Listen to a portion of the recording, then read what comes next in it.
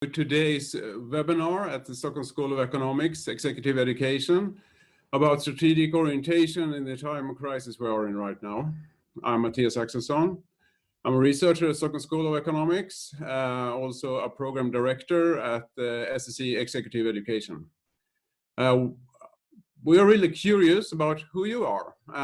It would be great if you could just write in the chat what your name is and where you come from. Please do that.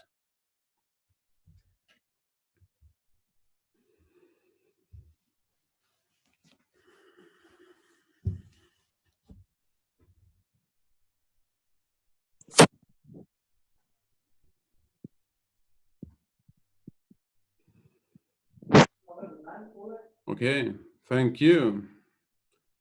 Great to see you from all over the planet almost. Okay. For a moment, let's forget about this crisis and go back to last summer. Remember your vacation.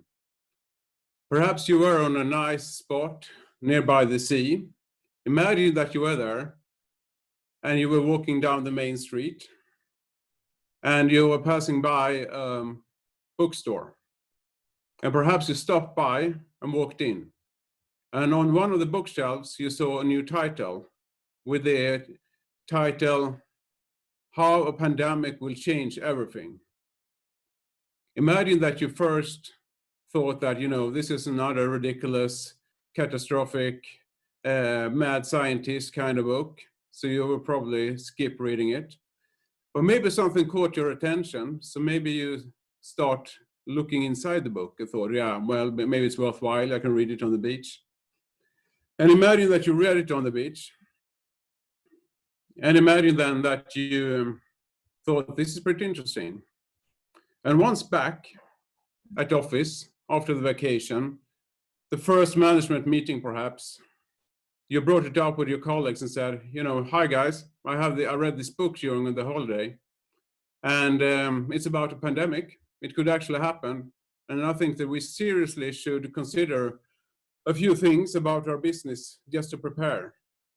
For instance, we have no pandemic plan, how to deal with the immediate crisis. So maybe we should start creating one.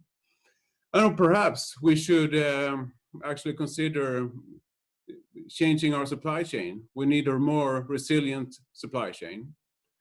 And we also need a substantially stronger balance sheet to deal with the consequences of a pandemic.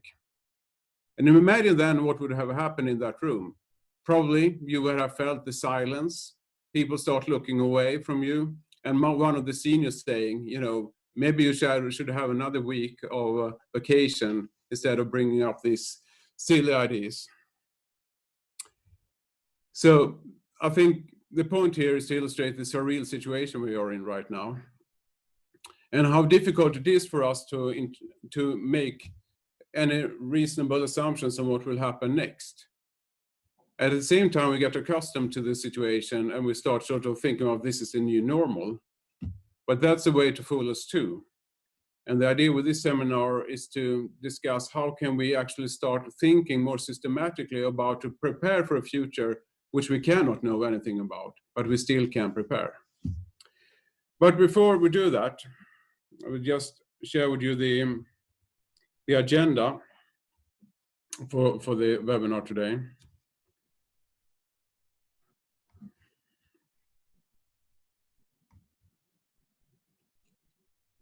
If the technology on my side. Yeah. So first we will talk about a little bit where we are right now and to see where you are, and then discuss what happens next. Just look at some of the trends and some of the debates going on, and then we'll focus on how can we think and finally how we can act. And I estimate that this will take some roughly 30 minutes or so, plus perhaps, and then we will spend the rest of the time here together with Q&A using the chat. So you can send the questions to me and we can have a dialogue over the internet like that. Okay, so where we are.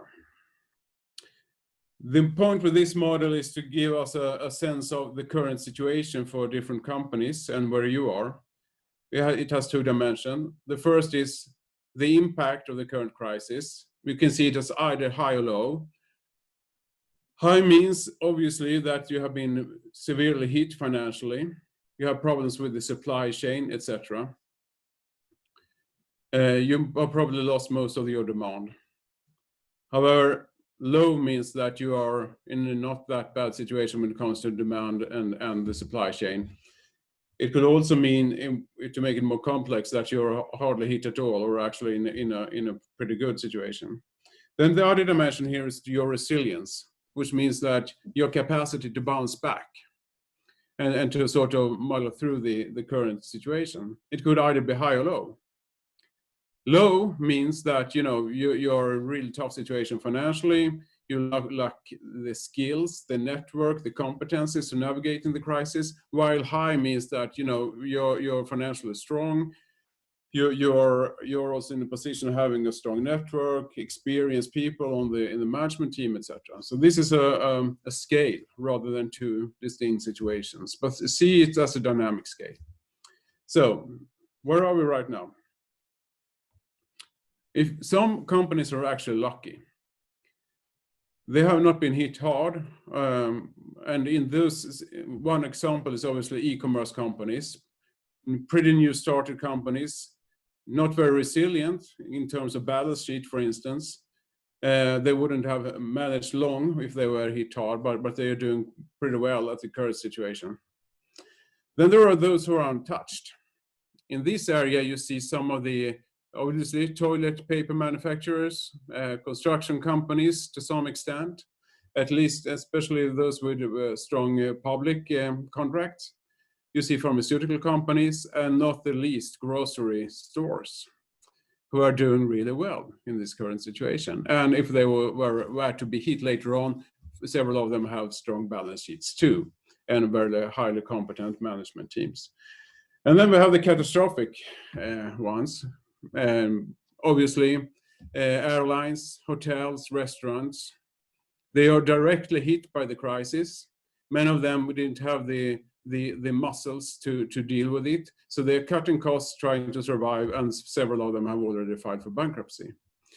And then we have the staying strong ones. In this area, I think you see many of the industrial companies, not the least in the automotive sector. They have been severely hit, both in terms of supply and falling demand. Yet they are strong in terms of good contacts with the financial institutions. They have strong balance sheets. They have super competent management teams. They have strong industrial networks around them. So they are in a good position to sort of mitigate this crisis for the time being. So let's see where you think you are in this model. Please fill in this poll.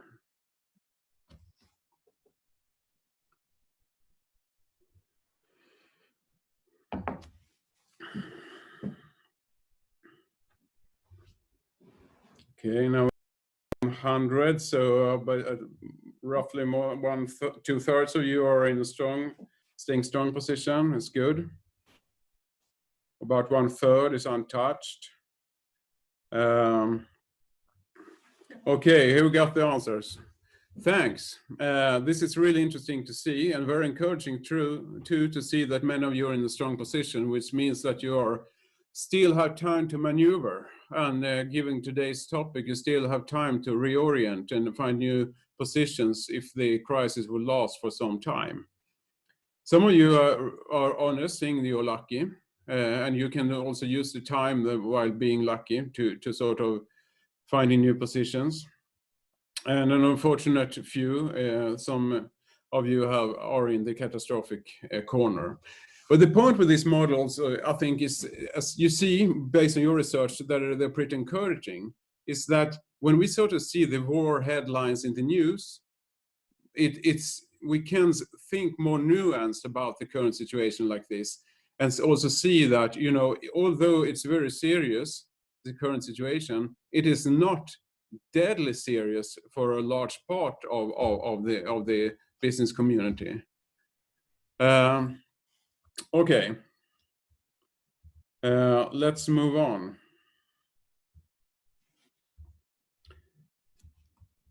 Because what happens next in the crisis?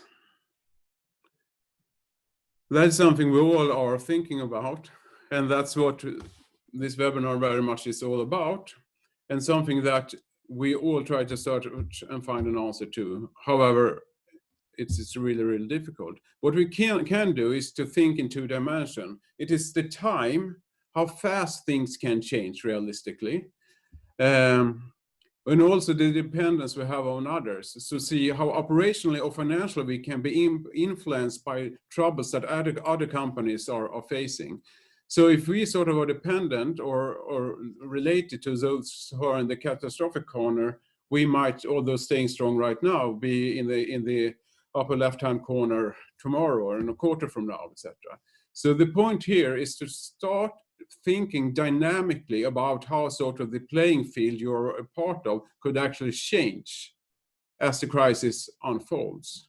And things, as I will come back to later on, in different scenarios, because it's really, no one can make it. It's meaningless to make predictions of where we're going to end up, but we need to sort of investigate possible different directions here and to see how we can prepare for them and eventually try to take initiative and stay ahead of the curve instead of being reactive to changes that are happening. And I guess many of you are already making the same associations that I'm doing. For instance, if you're in an industry that is sort of dependent on companies in retail companies, for instance, who are struggling right now with closed down shopping malls, I mean, it's easy to see that although you're not hit yet, you might be hit later on, and etc. And the lucky ones are interesting too, because they are perhaps, if you're in that corner, might actually expand given sort of the for instance, the increase of e-commerce now, which is actually really, really booming. So that's sort of a promising from a growth perspective. So let's move on and start talking about what happens next.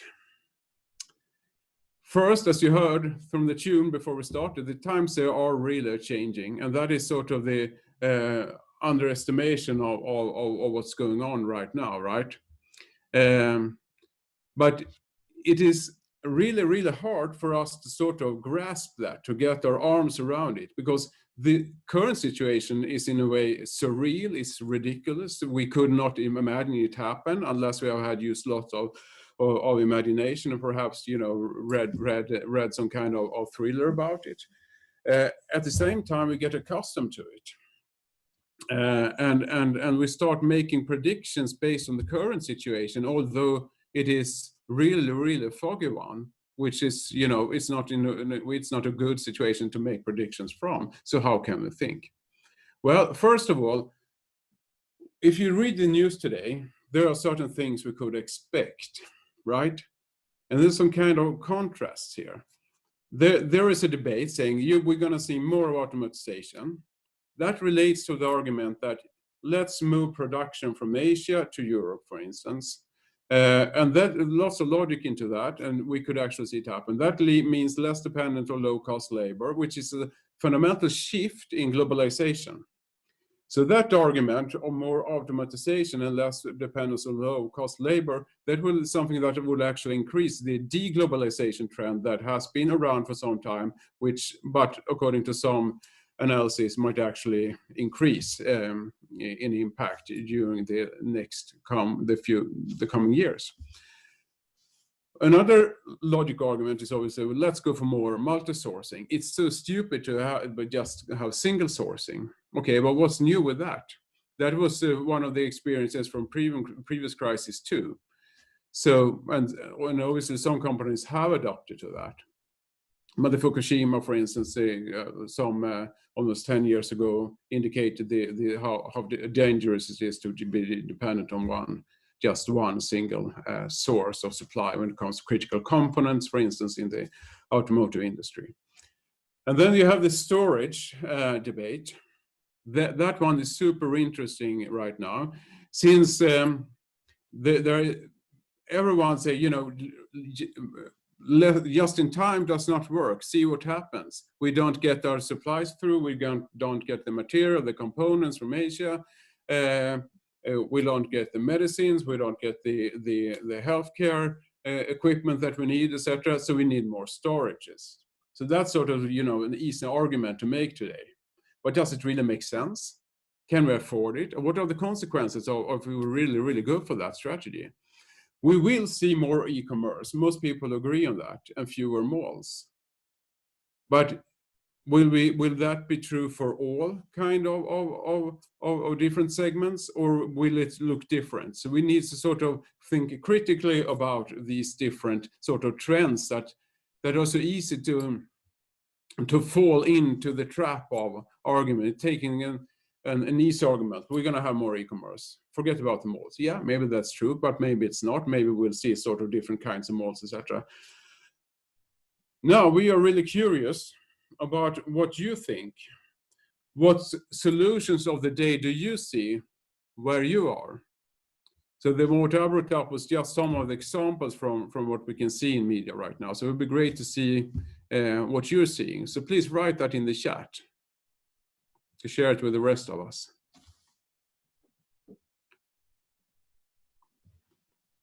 Yeah, I'll see a few travels, for instance. As a given one, from one perspective, I mean, we assume that traveling will be more costly. It makes sense from an environmental perspective. However, what does that mean at the end of the day, for instance, the exchange of ideas? Can we really use Zoom to that extent we're using it now in a good enough way to enhance innovation, for instance?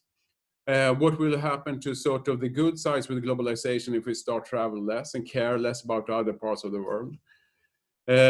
Increased digitalization, more local production, etc.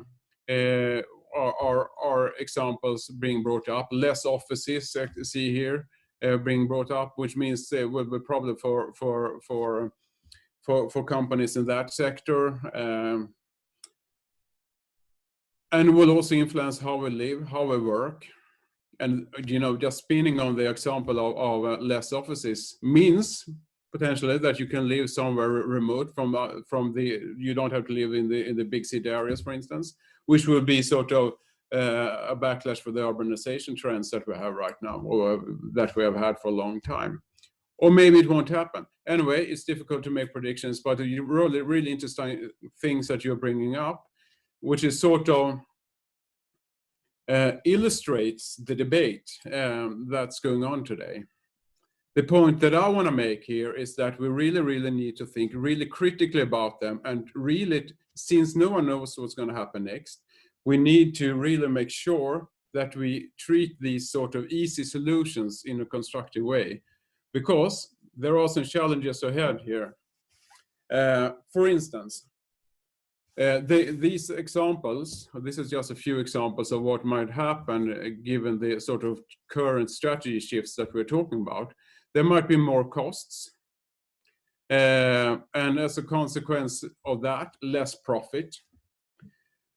There might be more short-term focus because we're afraid to make investments. So less investments, more short-term, more here and now. There might be more safe bets and less innovation in relation to that. And you can also relate this risk for less innovation to other examples that you brought up.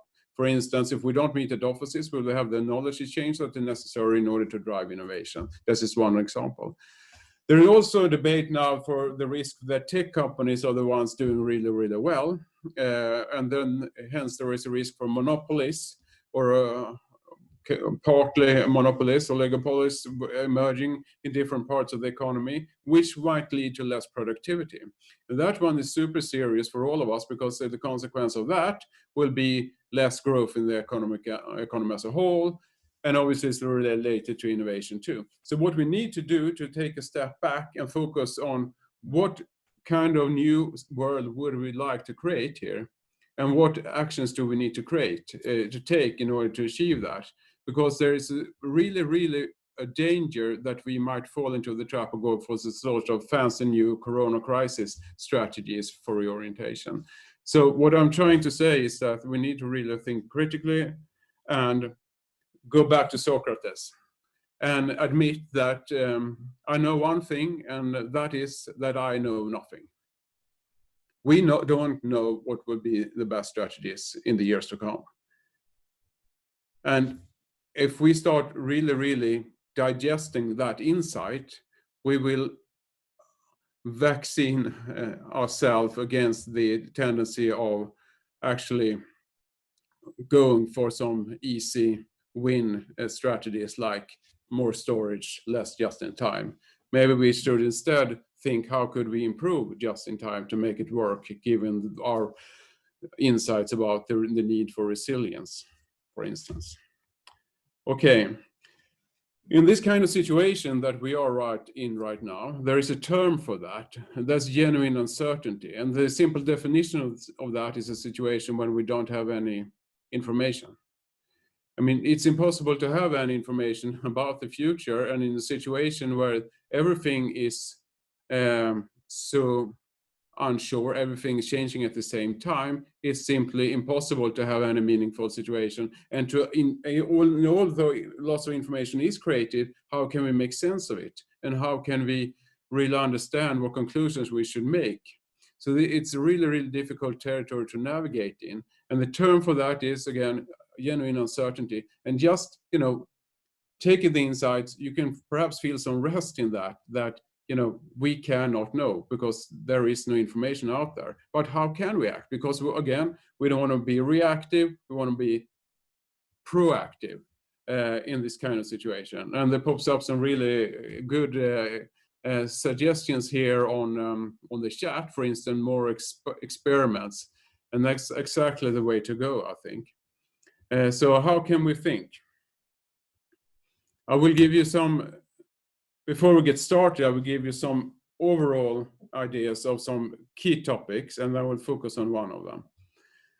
The first is that we need leading. We need to lead, aim to gain the initiative. And that's obviously a conscious decision to really focus on, we don't want to be tactically reactive to the current situation. We would like to be ahead of the curve instead. And we would like to gain the initiative, and we can use that aim to communicate hope and create confidence in the people around us, in our organizations and those we collaborate with. So that's super important. The second thing is collaborating. I mean, since the uncertainty is so high, we cannot fully rely on the resources we have. No one can really make the argument that we have the best knowledge in-house or that we have the best competencies and that we are the best ones understanding what's really going on. So you need an open mindset, reach out to others, find new partners to collaborate, to gain new insights and new resources in order to start doing new things, creating new types of businesses, changing your supply chain, working in different ways with your customers, for instance. And then we have this thinking part here, which is about, we really need to think new. And that is sort of going back to the Socrates quote, that if we cannot know, we still can think, and trying to find new clues about how to act.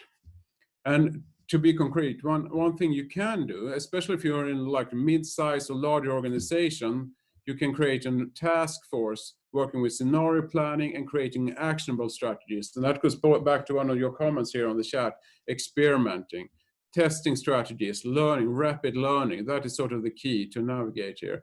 But scenarios can help us to find sort of the big picture as a way to move forward. So that's what I'm going to talk about now. A thinking tool, a way to think better is to use scenarios. Before we do that, however, I would mention this model here. It has basically two sides, although there are three parts of it. They have the external environment, which we cannot control. It's changing rapidly right now, and in a way that we haven't seen before, right, given the crisis. We have our values as an organization, and those values for any organizations that has been around for some time, they're not easy to change. And that relates, obviously, values here relates to the concept of culture, which, as you all know, eat strategy for breakfast. Structures is the organization we have, or in a broader perspective, our supply chain, the way we make decisions, the resources we have being and how they are combined, etc. So it's a complex concept. It's what we often refer to as the organization, or perhaps more broadly speaking, our business model. If you would like to, any organization, the theory behind this model goes in the following way. If you would like to be successful, you need to have a harmony and balance between these different forces. You need to sort of be aligned with the expectations of the external environment, about the values in society, etc. And you need sort of have a structure that is equipped with that, and you need values in order to be honest when executing all that. What is happening now is also that the external environment is changing very rapidly, and we need to ask ourselves critically: do we have the values? And this, for instance, goes to the demand for sustainability, being a good citizen as a corporation. But do we have the structure supporting that? And that comes back to, do we have a supply chain that is really sustainable? Do we have structures that are resilient, being a trusted partner for our customers when in this time of crisis?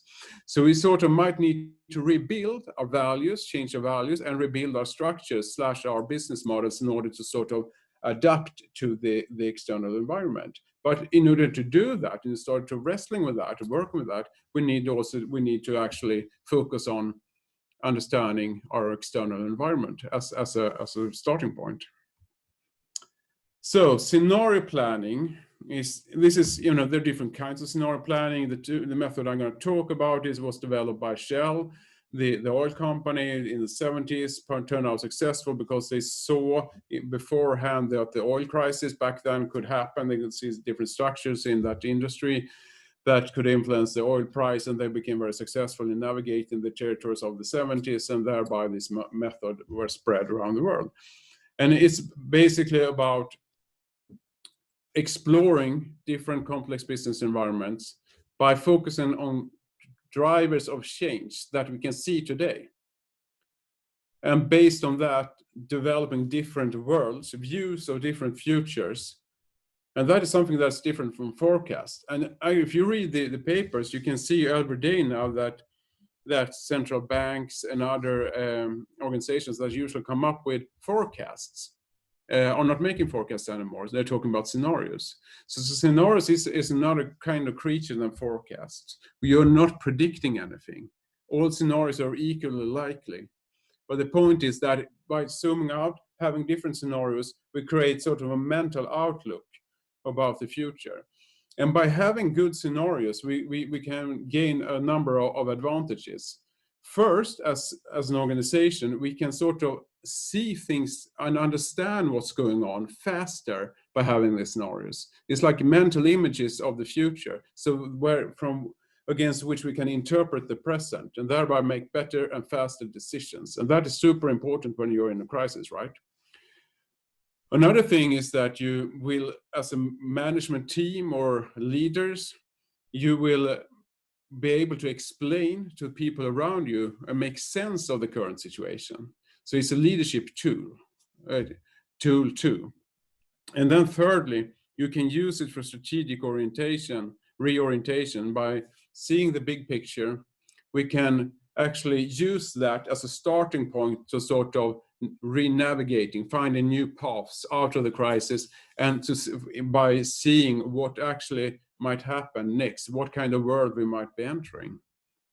And the point here is that we need to have an open mind and see several different worlds in order to make sense of the current situation, to make the best possible decisions. So I would just give you some examples of scenarios. I've been working with several scenario projects, and this is sort of what I made up for this webinar, just to illustrate, but hopefully some of you might find it useful.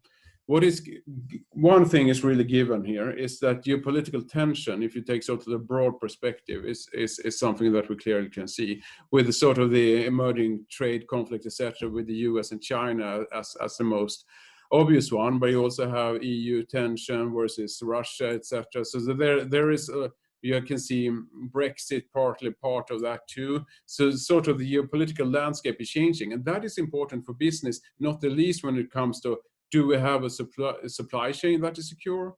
Can we really use our partners from other parts of the world? Are there any trade risks involved?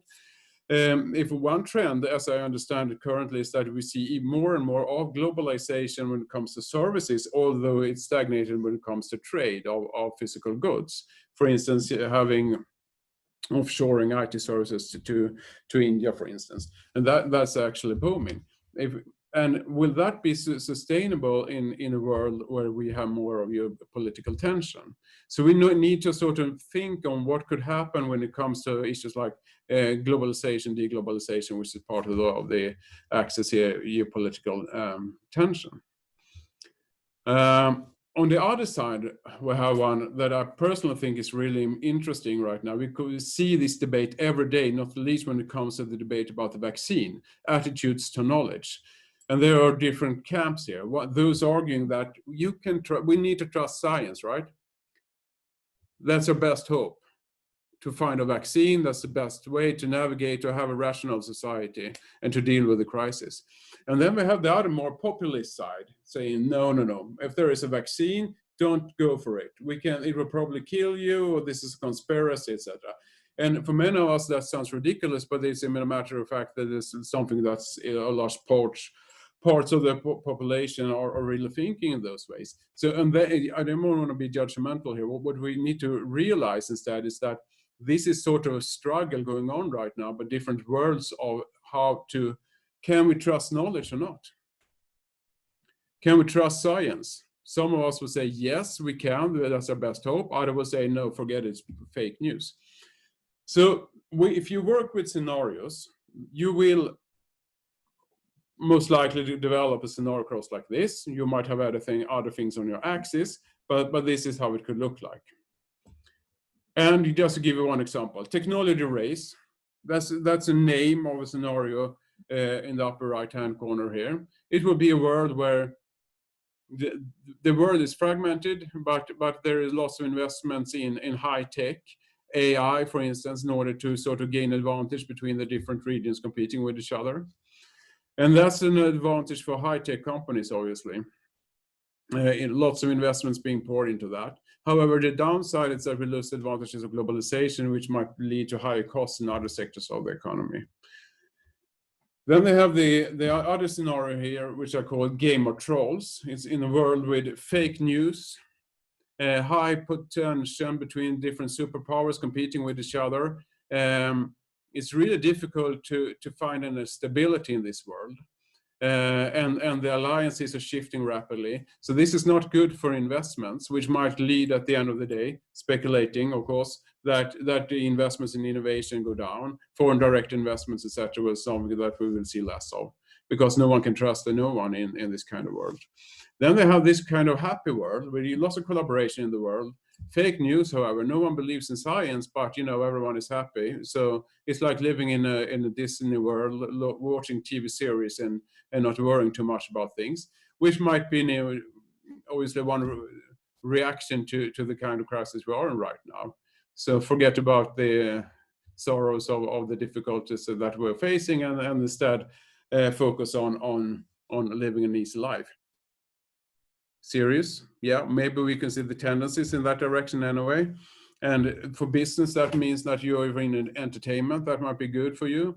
But if you're sort of in other more serious traditional industry, maybe that will not be where demand will be as you would like.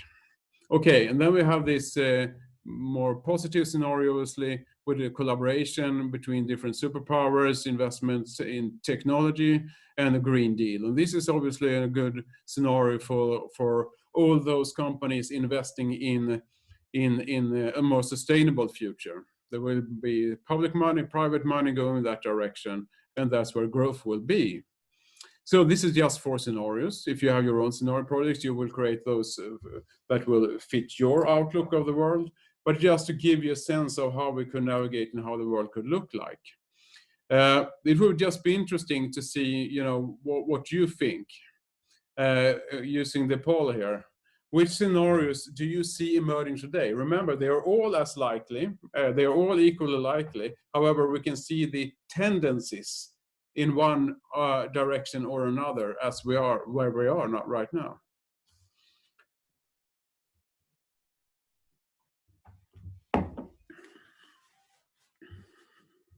Okay. We see there's about plus 50%, close to 60 here, see technology race. Yeah, it's easy to see that scenario, and it's not a really promising one, but we can see that race, not the least when it comes to AI, where sort of big companies in a way could potentially become proxies for the more geopolitical tension between superpowers. And that means if we would sort of assume that the world will move in that direction, that will not be good for globalization, right? And that would mean so that some of you brought up that we'll probably see more of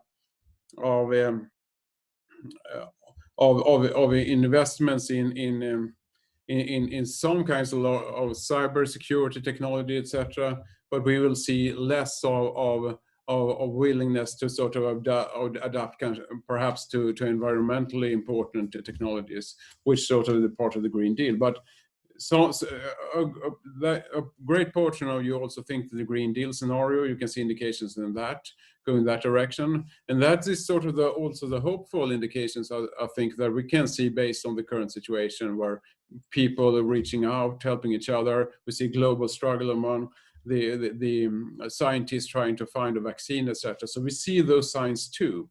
The point here that I want to make is that see them as equally likely. And the message is start thinking holistically about the future. By doing that, you will find the strategies that you need in order to start reorienting. Do not focus on only one scenario or do not believe in just one future. Think that there might be many different options around here, and that we need to create robust, innovative strategies in order to deal with them. And then I'll come back to how can we act. And then we would like to come back to this model and emphasize that we need the leadership that decides to take a positive initiative to try to stay ahead of the curve instead of being reactive. And also reaching out, collaborating with others, and start thinking, because that is our best tool here in this kind of situation, to think systematically and use sort of the wisdom that you all have and that your colleagues and friends have. By using that, we can actually create a positive future. And I would like to share, listen to you. What do you think? You have your strengths. I think that if you would like to write that on the chat, what do you think your organizations are, have the best opportunities? Go for the lead, or for your strongest leading, collaborating, or thinking about where to go next. Yeah, it's encouraging one thinking.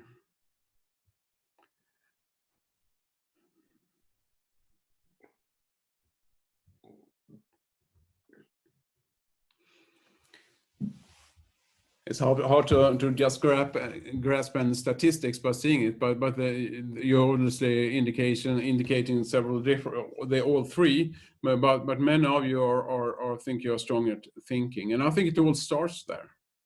We need thinking, need to think first, then we need the leadership, and obviously they are all interconnected depending on each other.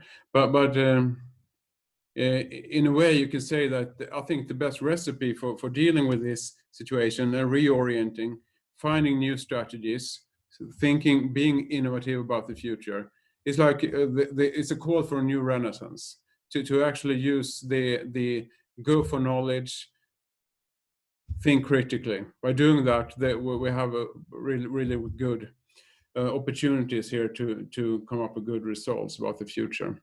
Now, I'm happy to engage with whatever questions you might have. So please write in the chat, and Jenny Cordino, who is here with me in the studio, will help me sort of navigate your questions, your reflections.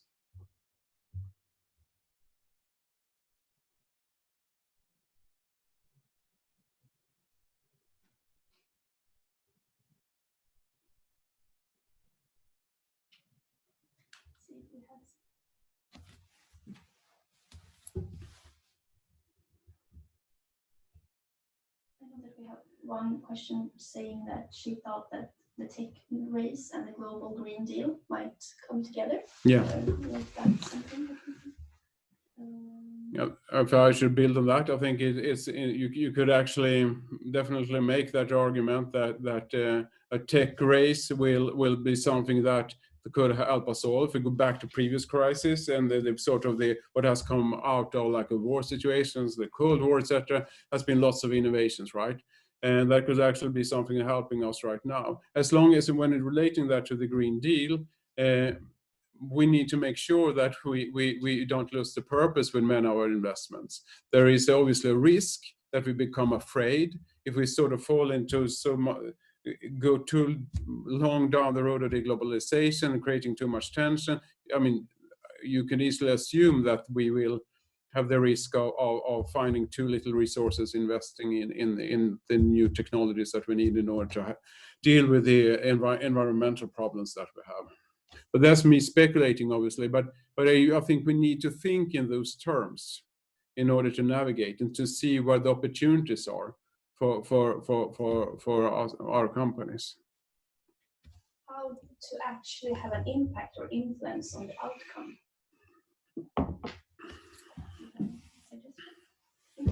Yeah, that is the trickiest questions of all, right? How can you make sure you have an influence?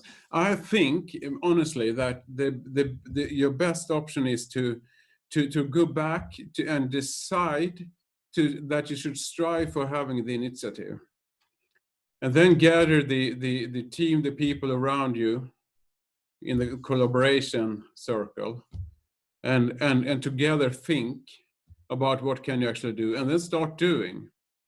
And we're planning another webinar here next week that will be more focused on that part. Actually, how can we really innovate in an uncertain time? While this webinar was about the thinking and the strategic reorientation, the next one will be more practical about how to innovate. But then we can only try. But we are in the shit together, right? So why don't we try and do our best, and we can be hopeful about the result. And that's it, I think. We have another one, and maybe you have to state a little bit when I said. When a company have done the scenario planning, should they prepare for all the scenarios? Yes, very good question. Exactly. That's what we need to do, since they are all equally likely. According to that, I mean, if you're really going to develop scenarios, I mean, it takes some effort to do that. It's not something that you should do like on an afternoon only, but you can anyway find it useful just playing with different scenarios, writing up a scenario across on your desk and see how you think about the future based on your horizon. But since we cannot know what the future will be like, then therefore we need to assume that all scenarios are equally likely. It's very likely, though, that the future will have combinations of the different scenarios. And that's what's really holistic thinking, the whole point of holistic thinking.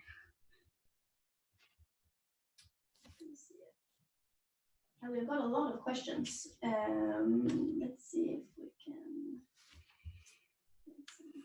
How to actually. Do you have a favorite model for scenario planning? Yeah, I have. It is the Shell GBN model or method for scenario planning.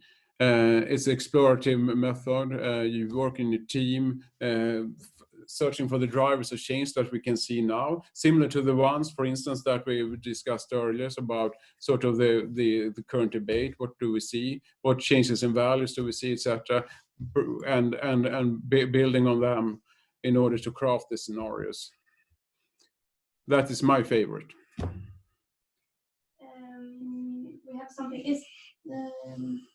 Should we consider the possibility? Exactly, you've already answered that. Speaking of opportunities and impact on outcome, where do you focus on investing and not be afraid of cost cutting only? I try to. I'm not sure I got the question, but I try to elaborate on it. When you I saw some research, some researchers have been investigating what does strategy research say about how to deal with crisis. And then you saw that there are different categories how you can deal with it. One is obviously to cut costs really hard. Another strategy is try to maintain the current situation as long as possible, to keep people in place, have the capabilities up and running, being ready for when we are entering better days. And then the third alternative is to actually not for investing in innovation, assuming that the future will be different from the present and definitely different from what yesterday was. And by doing that, we will sort of prepare to get ahead. And that is the best advice, I think. You need a combination of strategies. I mean, you need to do what you can to have the costs in control. You need to have the cash flow coming as to the extent possible in the current situation. But it is super dangerous to lose the initiative if you don't invest in the future. Because we don't invest in the future, you can be sure that someone else will. And if someone else will be in a better position when things takes off again than you are, might never gain the same position as you had prior to the crisis. So it's really important to work with different time horizons here. Or absolutely dealing with the crisis is unavoidable in the short term, but to take in a long-term perspective and making investments in new products, services, etc., business models that might be relevant for tomorrow. I know it's easy to say, but there is no alternative to doing that if you want to be in the race tomorrow. Okay, maybe you have to repeat the question when I'm saying it because they don't hear it. Okay. But do you agree that companies should work together to prepare scenarios going beyond the race for competitive advantage? That's a super good idea, and I actually think there is a ground for that. If you see very complex areas, for instance, take logistics, last mile for e-commerce, for instance, it's not sustainable economically. It's not sustainable from an environmental perspective. We need to rethink that. It's a super big area for innovation, and I think it makes sense for companies to collaborate on that, because scenarios on this level is not something that is directly related to sort of your competitiveness. It's a way of thinking, it's a way to preparing for the future, and you can probably do that better if you collaborate with others, so you gain different perspectives. Again, having a lot of knowledge searching attitude.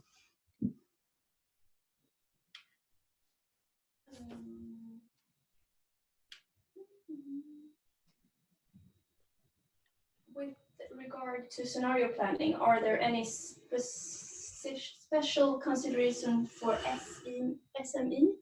SME, small, medium-sized enterprises, perhaps? No, I don't think so. It's generic. I know that the resources for like a large scenario project might not be there, but you can adapt the way of working to the resources you have, both in terms of money, time, and competencies. But you can still do it. It's better to gather your management team or suppliers or whoever you would like to talk to around the table, or use Zoom perhaps these days, to start developing some scenarios and have a process, a dialogue going on. Because again, this comes back to knowledge development. It comes back to how to deal with uncertainty. If we don't have any information about the future, we need anyway to create the best analysis we can. And the way to do that is having a dialogue. That's me having a thesis, you have an antithesis, and we're building on each other, coming up with new views. That is sort of how we move things forward, right? And if you're an SME, you can absolutely do that. It's just then perhaps the most difficult thing is to find the time for it. But again, if you can't find the time for looking beyond what's next, so to speak, I mean, you're in a really bad situation, because you need to think strategically. Otherwise, you will not be there to gain the initiative. We got one question that I think someone didn't understand your answer from your best scenario tool, and it says sales GPM ? I don't know exactly what Shell GBN, I think. GBM. Okay. Yeah, Shell Global Business Network. The method is called that. because it was invented by Shell and then it was developed further on and spread around the globe by a consultancy called Global Business Network. However, that company is not around anymore. But the method is spread and used all over the planet in different organizations.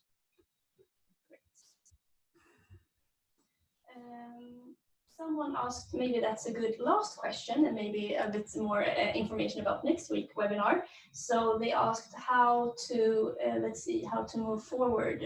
Like, how do we take these scenarios and make them into actions? So how do you go from crafting different scenarios to concrete actions in the now? So I just that's a good question. You can do it in different ways.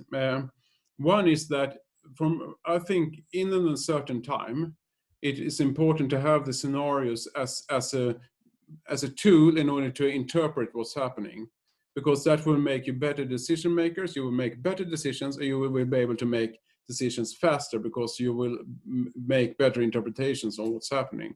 That's one thing. The other thing is that it's a tool also for communicating, as a leadership tool, for using it internally in the organization to explain what's going on, to put things in context. For instance, we're going to invest in that. We're going to make the cost reductions in that area. We do that because it's part of how we sort of judge where we are heading. And you can put that in the context of the different scenarios. So scenarios are important for that too. Decision-making and, say, leadership/communication. But finally, it's also super important as a starting point for thinking about finding new ways for the reorientation. To seeing what kind of context should we aim for? What kind of new business models should we develop for the years to come? Well, and thereby, if you sort of translate it to more like heavy stuff, what investments should we make? What kind of teams should we build? Who should we hire? Who should we collaborate with? All those things can have its starting point in the scenarios. Okay, well, thanks a lot for joining this webinar. I think if you really would like, that's a sort of I would like to close by saying that lift your eyes, take a look at the horizon and see where do you want to go. And if you would like, for instance, go for more sustainable, the green scenario, developing new tech for a more sustainable future, you need to ask yourselves what might be the things hindering that. What should you do in order to sort of get ahead of the curve? Who should you collaborate with? And then you can use scenario tools as a starting point for that kind of reorientation that you would like to make. All right. Same time next week. Same time next week. See you.